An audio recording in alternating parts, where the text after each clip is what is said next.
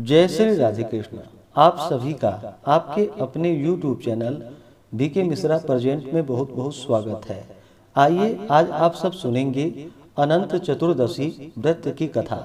अनंत चतुर्दशी का व्रत, यह व्रत भाद्रपद माह के शुक्ल पक्ष की चतुर्दशी तिथि के दिन इस व्रत को धारण किया जाता है।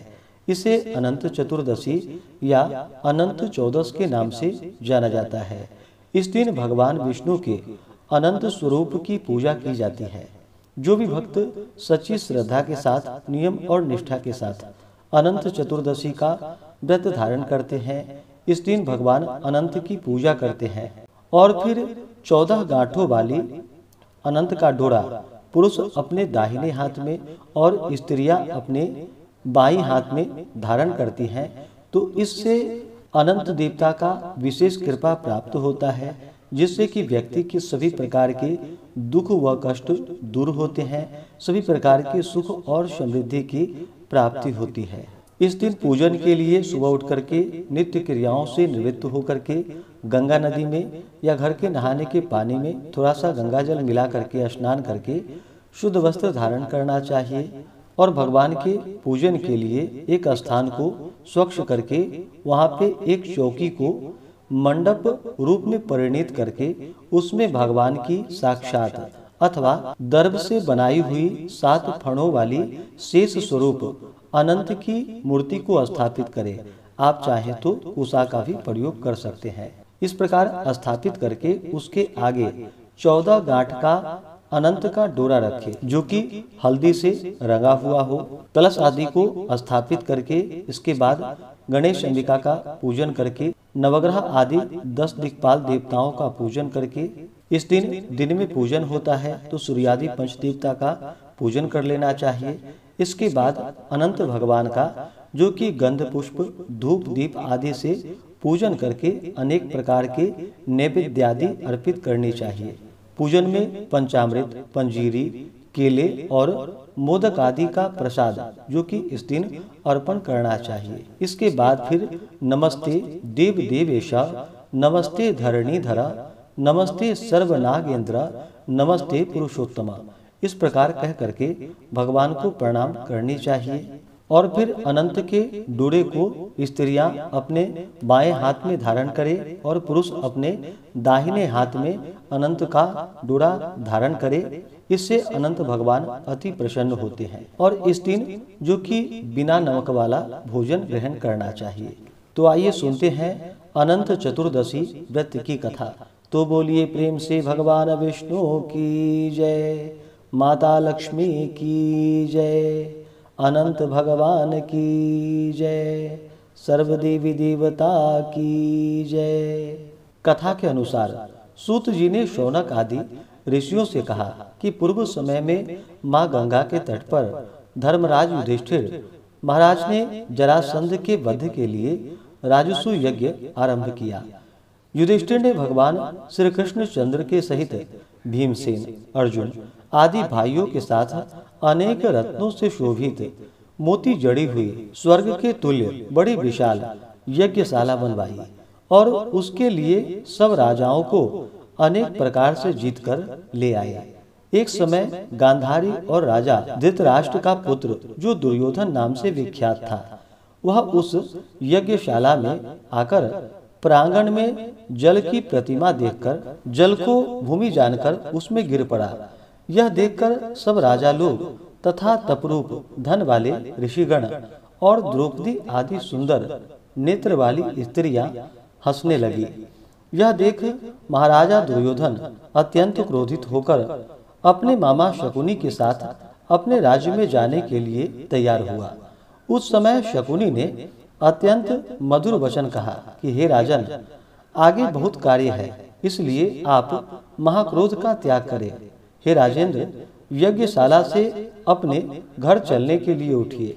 तब ऐसा ही सही कहकर दुर्योधन राजाओं के साथ दिल्ली यानी कि हस्तिनापुर जाकर राजा पांडु के श्रेष्ठ पुत्र युधिष्ठिर, भीमसेन, अर्जुन आदि को बुलाकर अपने राज्य में प्रसन्न होकर जुआ खेलने लगा, जिसमें ऐसे पांडवों का संपूर्ण धन और राज्यादि जीत लिए। तदंतर भ्राताओं के सहित युधिष्ठिर महान विपत्तियों को प्राप्त हो जंगलों के बीच वंचर जो भिल्लादिक हैं उनके सदृश रहने लगे। पांडवों के इस समाचार को सुनकर श्री कृष्ण वहां गए। सूत जी ने सौनक आदि ऋषियों से कहा कि दुख से अत्यंत दुर्बल पांडव लोग वन में रहते थे। महात्मा श्री कृष्णचंद्र को देखकर क्रम से पूजनादिक और प्रणाम कर राजा युधिष्ठिर बोले कि हे प्रभु, भाइयों सहित हमको यह दारुण दुख प्राप्त हुआ है। इस दुख रूपी सागर से हम कैसे छुटकारा पाएंगे, सो कहिए। हम कौन से उत्तम देवता का पूजन करें अथवा कौन सा व्रत करें जिससे हमको राज्य मिले, हमारा हित हो, और आप ही की कृपा से यह सब होगा। ऐसा सुनकर भगवान श्री कृष्ण बोले कि हे युधिष्ठिर, पुरुषों और स्त्रियों के समस्त पापों को नष्ट करने वाला अत्यंत उत्तम एक अनंत नामक व्रत है, जो भाद्रपद मास के शुक्ल पक्ष की चतुर्दशी तिथि को होता है। उस व्रत के अनुष्ठान करने मात्र से संपूर्ण पापों का नाश हो जाता है। ऐसा सुनकर राजा युधिष्ठिर ने कहा कि हे वासुदेव, आपने जो अनंत व्रत कहा सो क्या शेष नाग है अथवा अनंत नाम के नक्षत्र का व्रत है या अनंत पर ब्रह्म का यह व्रत है? हे केशव, यह अनंत किस देवता का नाम है, सो सत्य सत्य कहिए। ऐसा सुनकर भगवान श्री कृष्ण बोले कि हे धर्मराज, अनंत हमारा ही नाम है, इसे हमारा ही स्वरूप जानो। सूर्य आदि जितने देवता हैं और कालादिक जो कहे जाते हैं वह सब हमें ही जानो, और कला, काष्ठा, मुहूर्त आदि दिन तथा रात्रि यह सब जितने शरीरवान प्राणी हैं तथा पक्ष, मास, ऋतु, वर्ष, युग और कालादि की व्यवस्था सब मुझी को जानो। यह जो मैंने कालादि कहा है वह इस अनंत नाम से प्रसिद्ध है। वही मैं भूमि का भार अल्प करने के लिए इस समय कृष्ण नाम से अवतरित हूँ। दानवों का नाश तथा साधु पुरुषों की रक्षा के निमित्त मुझे वासुदेव के कुल में भी उत्पन्न जानो। आदि अंत मध्य जिसका नहीं है, ऐसा कृष्ण, विष्णु, शिव, वैकुंठ, सूर्य, चंद्र सर्वत्र व्याप्त ईश्वर मुझी को जानो। हे युधिष्ठिर, ऐसा उत्तम विश्व रूप जो योगी लोग से ध्यान किया गया, वह संपूर्ण रूप वाले अनंत हम ही हैं, जिससे 14 इंद्र, 8 वसु, 12 सूर्य, 11 रुद्र, 7 ऋषि, 7 समुद्र तथा वृक्षादि सहित संपूर्ण पर्वत हम ही को जानो, और 27 नक्षत्र, 10 दिशाएं, पृथ्वी, 7 पाताल तथा भूर्भुवादिक 7 स्वर्ग, यह सब हमें ही जानो। इस विषय में कुछ भी संदेह न करो। ऐसा वचन सुनकर राजा युधिष्ठिर बोले, हे सर्वव्यापी भगवान, अनंत व्रत का महात्म्य तथा विधि मुझसे कहिए। अनंत व्रत का अनुष्ठान करने वाले प्राणी को क्या पुण्य और क्या फल मिलता है, वह भी कहिए। पूर्व काल में यह अनंत व्रत किसने किया और मृत्यु लोक में किसने प्रकाशित किया, यह सब विस्तार पूर्वक हमसे कहिए। युधिष्ठिर का ऐसा वचन सुनकर भगवान श्री कृष्ण बोले कि सतयुग में सुमंत नाम का एक ब्राह्मण था। उसने वशिष्ठ गोत्र में उत्पन्न सुंदर दीक्षा नाम की भृगु ऋषि की कन्या के साथ वेदोक्त विधि से विवाह किया। हे राजन, दीक्षा नाम की स्त्री से समय पाकर अनेक सुंदर लक्षणों से युक्त एक कन्या उत्पन्न हुई। वह शीला नाम की अत्यंत सुशीला कन्या पिता के घर बढ़ने लगी। उसकी पतिव्रता माता काल ज्वर के दाह से दुखी हो और नदी के जल में प्राण त्याग कर स्वर्ग को चली गई। तदंतर उस सुमंतु नामक ब्राह्मण ने धर्म नाम की एक दुशीला नाम की कन्या से विधि विधान पूर्वक विवाह किया। वह स्त्री नाम की ही सदृश दुष्ट स्वभाव, कर्कश वचन बोलने वाली और बड़ी प्रचंड थी। वह शीला नाम की कन्या पिता के घर गृह कार्य करने में बड़ी चतुर थी। वह आंगन, बाहर, दरवाजे के ऊपर और देहली के ऊपर स्वास्तिक, शंख, कमल के नीले, सफेद और काले अनेक प्रकार के चिन्हों को लिखकर देखा करती थी। उसके अनंतर इसी तरह बहुत दिन बीतने पर कौमार्यावस्था में प्राप्त वह शिला पिता के घर में बड़ी मंगल देने वाली हुई। उसको देखकर पिता सोचने लगा कि यह कन्या पृथ्वी में किस गुणवान को दें। ऐसा विचार कर वे दुखी हुए। उसी समय उत्तम वेद वेदांग जानने वाले कौंडिन्य नामक के मुनि कन्या के लिए आए। वे बोले कि तुम्हारी गुणयुक्ता कन्या से मैं विवाह करना चाहता हूँ। ऐसा सुनकर पिता ने शुभ दिन में ब्राह्मणों में इंद्रतुल्य कौंडिन्य मुनि को अपनी कन्या दे दी। भगवान श्री कृष्ण ने कहा कि हे धर्मराज, सुमंत ने वेद विधि से उसका विवाह कर दिया। उस समय वहां पर स्त्रियां गीत गाने लगी और ब्राह्मण लोग स्वस्ति वाचन करने लगे, बंदी जय घोष करने लगे। इस प्रकार विवाह कर सुमंतु ब्राह्मण अपनी कर्कशा स्त्री से बोला, दामाद के संतोष के लिए कुछ द्रव्याधिक दहेज में देना चाहिए। ऐसा सुनकर वह कर्कशा क्रोध से घर की शोभा बिगाड़कर संपूर्ण द्रव्याधिक पेटी में अच्छी तरह बंद कर दामाद से बोली कि आप अपने घर जाइए, हमारे घर में कुछ भी द्रव्य नहीं है। यदि विश्वास न हो तो देख लीजिए।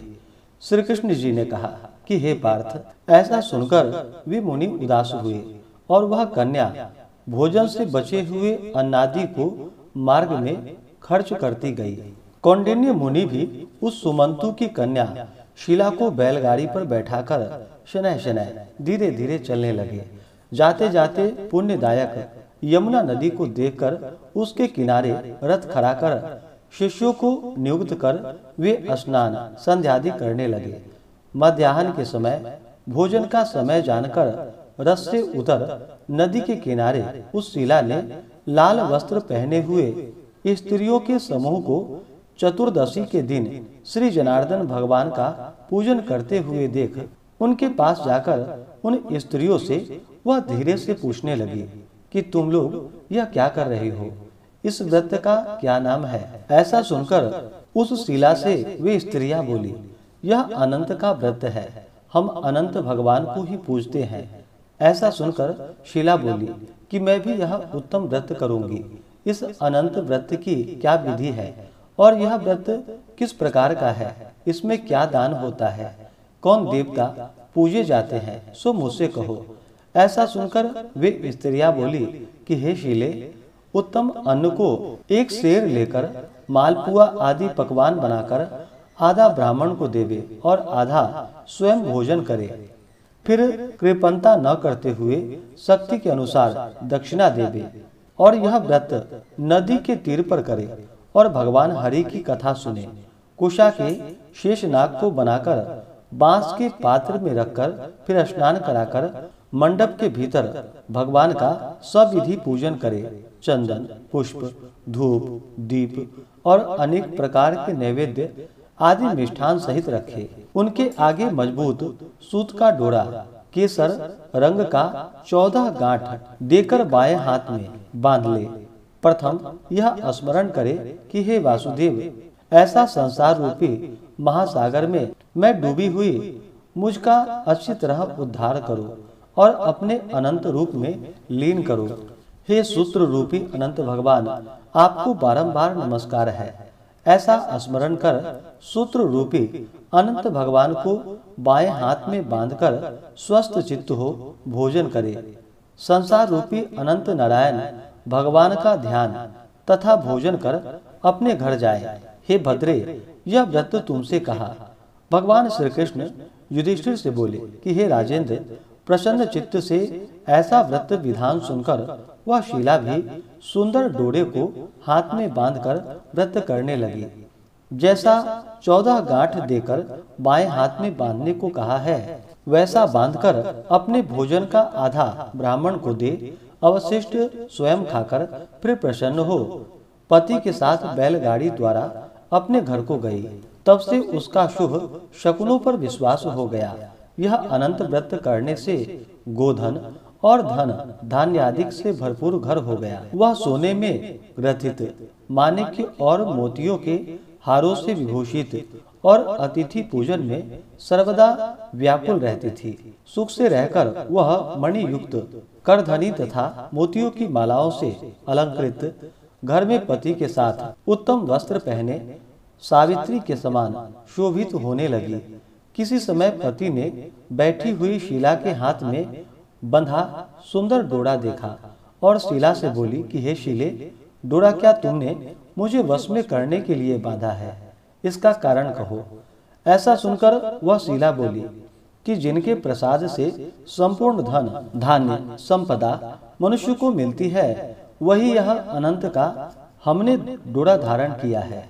भगवान श्री कृष्ण ने कहा कि लक्ष्मी के मद में अंधा होकर शीला के ब्राह्मण पति ने शीला के वचन सुनकर उसकी बाह से डोरे को जल्दी से तोड़ दिया और अनंत कौन है ऐसा कहते हुए पाप कर्म करते हुए उस मूर्ख ने डोरे को अग्नि की ज्वाला में डाल दिया। उधर शीला व्याकुल होकर हाहाकार करती दौड़ी। उसने डोरे को लेकर दूध में डाल दिया। इस पाप कर्म से उसकी वह लक्ष्मी नष्ट होने लगी। गौ आदि को चोर ले गए, घर में आग लग गई, सब धन नष्ट हो गया। जो जिस तरह से धन आया था उसी तरह से फिर चला गया। इस तरह कुटुंब में भी कलह होने लगा, भाइयों में लड़ाई होने लगी। अनंत को फेंकने के पाप से घर में दरिद्रता घुस गई। भगवान श्री कृष्ण ने कहा कि हे युधिष्ठिर, उसके साथ संसार में कोई बातचीत नहीं करता था। वह शरीर से अति संतप्त हो और मन से दुखी रहता था। बड़े भारी दुखों को पाकर कौंडिन्य मुनि ने अपनी पत्नी शीला से कहा कि हे शीले, एकाएक उत्पन्न इस शोक का क्या कारण है? मैं दुखी हो गया हूँ और मेरा संपूर्ण धन नष्ट हो गया है। स्वजनों से कलह होता है और मुझसे कोई बात भी नहीं करता। शरीर में नित्य ज्वर आदि ताप रहते हैं। चित्त में बड़ा ही खेद होता है। इसका क्या कारण है? तुम जानती हो तो कहो, क्या उपाय है जिससे मेरा भाग्य अच्छा हो?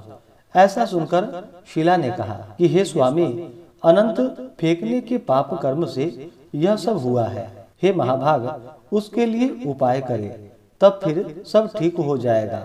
ऐसा उसके कहने से वह ब्राह्मण मन से हरि भगवान की शरण में गया। इसके अनंतर वह कौंडिन्य मुनि खेत को प्राप्त हो वन को गया।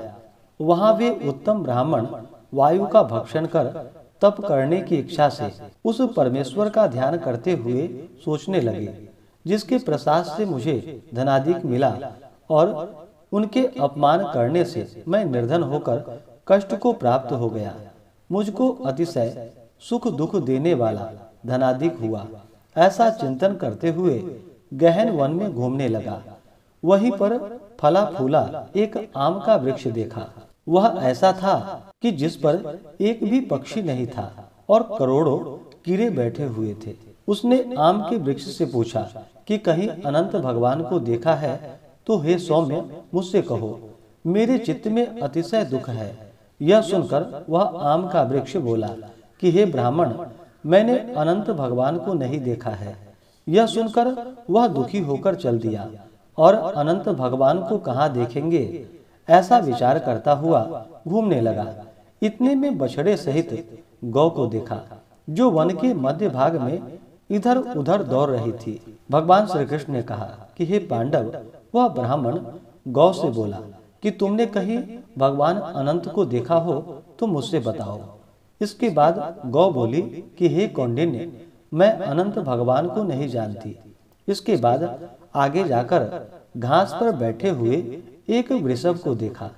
उसे देखकर पूछा कि हे गौपति, तुमने अनंत भगवान को देखा है? तो बैल बोला कि मैंने अनंत भगवान को नहीं देखा। इसके बाद आगे जाकर बड़ी सुंदरी दो पुष्करणियों को देखा।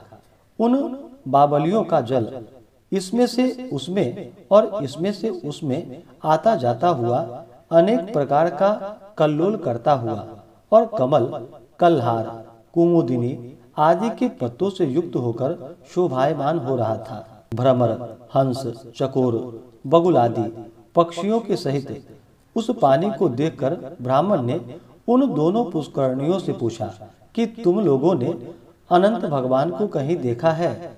यह सुनकर वे दोनों पुष्करणियां बोली कि हे द्विज, हमने अनंत भगवान को नहीं देखा। आगे जाकर उसी तरह एक हाथी और एक गर्दभ को देखा। उन दोनों से भी ब्राह्मण ने पूछा कि क्या आप लोगों ने कहीं अनंत भगवान को देखा है? ऐसा पूछकर ब्राह्मण निराश हो उस जगह पर बैठ गया। हे राजन, वह कौंडिन्य जीवन से निराश हो बड़ा विकल होता हुआ बहुत गर्भ ऊर्ध्व श्वास लेकर भूमि पर गिर पड़ा। फिर वह ब्राह्मण होश में आकर हे अनंत ऐसा कहकर उठकर चित्त में यह निश्चय करता हुआ कि अब मैं जरूर प्राण को त्याग दूंगा। भगवान श्री कृष्ण ने कहा कि हे धर्मराज, उस ब्राह्मण ने प्राण देने के लिए वृक्ष में फांसी लगा ली। उसी समय दयार्द हृदय अनंत भगवान भी प्रत्यक्ष हो वृद्ध ब्राह्मण के रूप में आकर बोले कि यहाँ आओ। यह कहकर उस कौंडिन्य का हाथ पकड़कर गुफा में ले गए।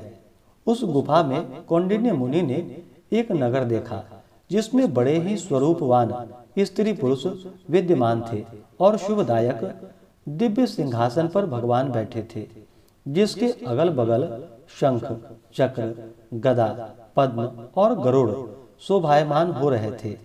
कौस्तुभ मणि धारण किए वनमालादि अनेक प्रकार के आभूषण धारण किए हुए विश्वरूप अनंत भगवान को उस कौंडिन्य मुनि ने देखा। अतिशय प्रकाशमान स्वरूप वाले भगवान को देखकर उनके आगे ऊंचे स्वर से बोला कि हे प्रभु, आपकी जय हो। ऐसा कहकर तथा प्रणाम कर बोला कि हे नाथ, हे पुंडरीकाक्ष, हम पाप कर्म करने वाले, हमारी आत्मा पाप रूप है और हम पाप से ही उत्पन्न हैं। हमारी रक्षा करें। आप मेरे संपूर्ण पापों को हरने वाले हैं। उस मुनि का यह वचन सुनकर अनंत देव भी बड़े कोमल वचन से बोले कि हे विपेंद्र, मत डरो, जो तुम्हारे मन में है सो कहो। ऐसा सुनकर कौंडिन्य ऋषि बोले कि हे प्रभु, मैंने धन से उन्मत्त हो अनंत का डोरा तोड़ दिया। उस पाप कर्म से मेरा धन नष्ट हो गया। घर में अपने कुटुंबियों से कलह होता है, जिस कारण मुझसे कोई बोलता भी नहीं। इस तरह दुखी हो आपके दर्शन की इच्छा कर मैं वनों में भटक रहा हूँ। हे देवेंद्र, आपने कृपा कर अपना दर्शन दिया। अब मुझ पर दया करके उस पाप की शांति का उपाय कहिए। भगवान श्री कृष्ण बोले कि हे महाराज युधिष्ठिर, भक्त से प्रसन्न हो देवता क्या नहीं देते।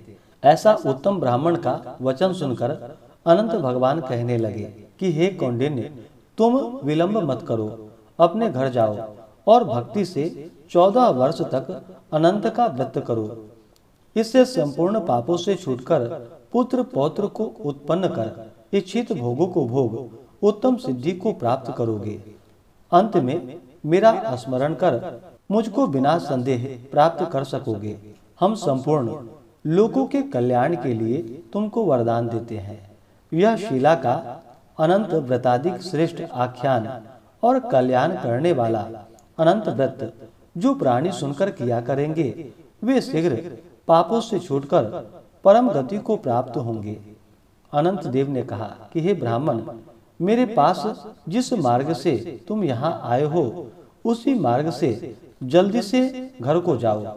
ऐसा सुनकर कौंडिन्य मुनि बोले कि हे स्वामी, मैं जो पूछता हूँ सो बतलाइए। जंगल में घूमते घूमते मैंने कुछ कौतुक देखा। हे जगत गुरु, वह कहिए। वह आम का वृक्ष कौन था? वह गौ कौन थी? वह वृषभ कौन था? और कमल, कुमुद, कहलार से सुशोभित परम सुंदर बड़े जंगल में मैंने 2 पुष्करणियां देखी, सो क्या थी? वह गदहा कौन था? वह हाथी कौन था? और उत्तम वृद्ध ब्राह्मण कौन था? अनंत देव बोले कि वह आम का वृक्ष वेद विद्या को अच्छी तरह जानने वाला ब्राह्मण था। उसने शिष्यों को विद्या नहीं दी, इसलिए वह वृक्ष हुआ। और जो गौ देखी थी, वह बीज को खाने वाली पृथ्वी रही। और जो घास पर वृषभ देखा था, वह सत्यनारायण धर्म था। और धर्म, अधर्म आदि जो कुछ भी परस्पर देती और लेती रहे, और वेद पाठ वाले ब्राह्मणों को नहीं दिया, भिक्षुओं को भिक्षा नहीं दी। उस पाप कर्म से उन दोनों का जल आपस में इधर का उधर होता है। गधा जो देखा वह क्रोध था, और वह जो हाथी था सो अभिमान रहा। वह ब्राह्मण जो रहा सो अनंत हम हैं, और गुफा जो रही वह कठिन संसार था। अनंत देव ऐसा बताकर उसी जगह अंतर ध्यान हो गए। वह स्वप्न के समान देखकर उस जगह से मुनि अपने घर आए और 14 वर्ष तक अनंत व्रत कर जैसा अनंत भगवान ने कहा था वह सब सुखों को भोग कर अंत में वह अनंत देव का स्मरण कर अनंत लोक को चला गया। हे राजर्षि, तुम भी यह कथा सुनो और व्रत करो। जिस प्रकार ब्राह्मण को 14 वर्ष में फल प्राप्त हुआ, तुमको भी उसी तरह अनंत देव की कृपा से सब इच्छित वस्तु एक ही वर्ष में कथा सुनकर व्रत करने से प्राप्त हो जाएगी। हे राजन, व्रतों में उत्तम व्रत मैंने कहा, जिसको सुनकर प्राणी पापों से छूट जाता है, इसमें संदेह नहीं है, और हरि चरणों को प्राप्त होता है। हे कुरुकुल में उत्पन्न युधिष्ठिर, जो शुद्ध विचार वाले प्राणी संसार रूपी गुफा में सुख से फिरने की इच्छा करते हैं, वे तीनों लोकों के स्वामी अनंत देव का पूजन कर डोरे को दाहिने हाथ में बांधते हैं। इस प्रकार से श्री अनंत व्रत कथा पूर्ण हुई। तो बोलिए प्रेम से अनंत भगवान की जय, भगवान विष्णु की जय, माता लक्ष्मी की जय, सर्वदेवी देवता की जय। अगर आप सब अनंत चतुर्दशी व्रत के शुभ मुहूर्त पूजन के बारे में जानना चाहते हो तो उसका वीडियो चैनल पे अपलोड है, आप वहां से जानकारियां को प्राप्त कर सकते हैं। तो आशा करता हूँ कि यह जानकारी आपको अच्छा लगा हो। इसी प्रकार से ज्ञानवर्धक जानकारियाँ प्राप्त करते रहने के लिए, व्रत पूजा के बारे में जानने के लिए, कथा को सुनने के लिए चैनल पे अगर आप पहली बार आए हैं तो चैनल को लाल बटन दबा करके सब्सक्राइब करें, साथ में बेल आइकन घंटी को दबाएं ताकि आने वाली वीडियो का नोटिफिकेशन आपको समय से मिलता रहे। वीडियो को लाइक करें, शेयर करें। सुखी रहें और स्वस्थ रहें। जय श्री राधे कृष्ण। धन्यवाद।